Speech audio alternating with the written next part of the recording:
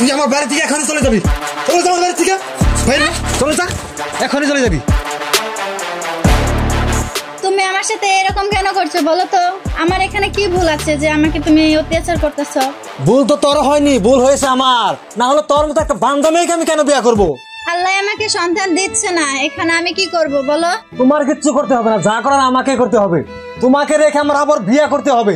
না, তুমি আমাকে রেখে তুমি বিয়ে করতে পারো না। আমি আল্লাহ দোহাই দিচ্ছি, দেখো আমাদের বাচ্চা কাচ্চা হয়নি, তাতে কি আছে? আমাদের আল্লাহ একদিন দিবেই। তুমি আমাকে জ্ঞান দিতে হবে না, আল্লাহ আমাদের বাচ্চা দিবে কি দিবে না। আমি বিয়ে করলে আমার 1 বছরের মধ্যে বাচ্চা হবে। 5 বছর ধরে তোকে বিয়ে করেছি, এখন তুই আমার একটা সন্তান হলো না। তুই আমার চোখের সামনে দূরে যা, আমি এখনই বিয়ে করে আনছি। না না, আমি বিয়ে করব। সব কি হয়েছে বৌদি বলেন? কি আর বলবো ছোটদা, আপনার দাদা আমাকে বলছে আমাকে রেখে বিয়ে করতে যাচ্ছে। দাদা বিয়ে করবে? হ্যাঁ। দাদা কত বিয়ে করবে? দাদা তো 3-4টে বিয়ে করছে আগেও।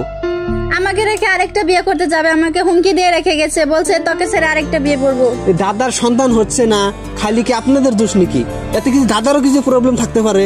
দাদা কেন বুঝছে না? সেটা আপনার দাদাকে আপনি বুঝান। চলুন তো, চলুন তো। চলুন। দাদা, ও দাদা, তাড়াতাড়ি ডাকুন। চিৎকার করছো কেন অভদ্রের মতন? তোমার কি লজ্জা শরম আছে কিছু? কি হয়েছে? তুমি বিয়ে করবে? কি করবো? বৌদি ওকে বাড়ি থেকে তাড়িয়ে দে। ওকে তাড়াই দেবো। তুমি কয়টা বিয়ে করলা? তুই এখন এখানে যাসনি কেন যাবো? বৌদি বাড়িতে থাকবে। বৌদি কোথায় যাবে না? হয়ে যাবে না। আমি বিয়ে করবো আবারও। বিয়ে করবে না? কি করবো? খালি যে বৌদিকে তুমি ই করছো, কিন্তু তোমারও তো কিছু দোষ থাকতে পারে। তোমার কিছু সন্তান হচ্ছে না, তোমারও তো প্রবলেম থাকতে পারে। দাদা একবার কি ভাবছো তুমি? আমাকে তোমার জ্ঞান দিতে হবে না। আমার দোষ না কার দোষ আমাকে সেটা বলতে হবে না, তোর বৌদির দোষ। ঠিক আছে দাদা, তোমাকে আমি বিয়ে করাবো, তারপরে দেখবো। কি বললে ছোটদা তুমি?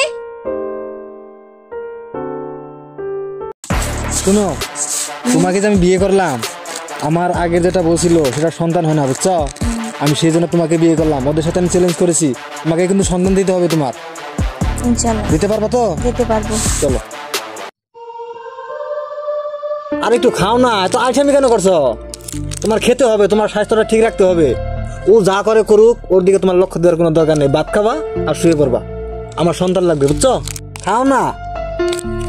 আজকে কিন্তু আমাকে এখানে ঘুরতে নিয়ে যেতে হবে। তুমি যেখানে যেতে বলবা সেখানে তোমাকে নিয়ে যাবো।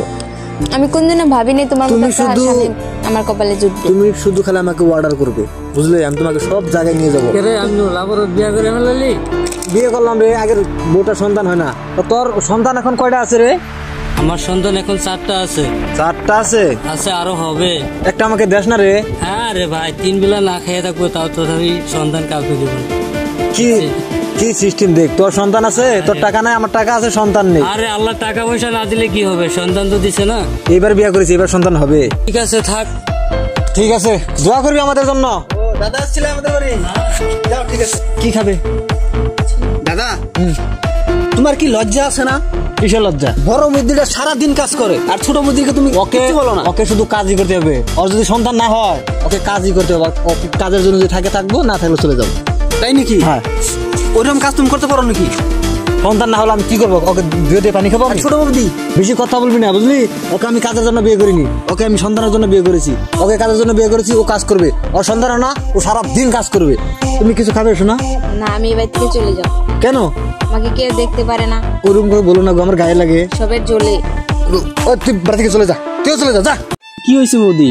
কি আর হবে? দেখেন দাদা, আপনার দাদা বিয়ে করে ছোট থেকে রেখে অনেক আদর যত্ন করে, আর আমাকে দিয়ে সব কাম কাজ সবকিছু করে দেয়।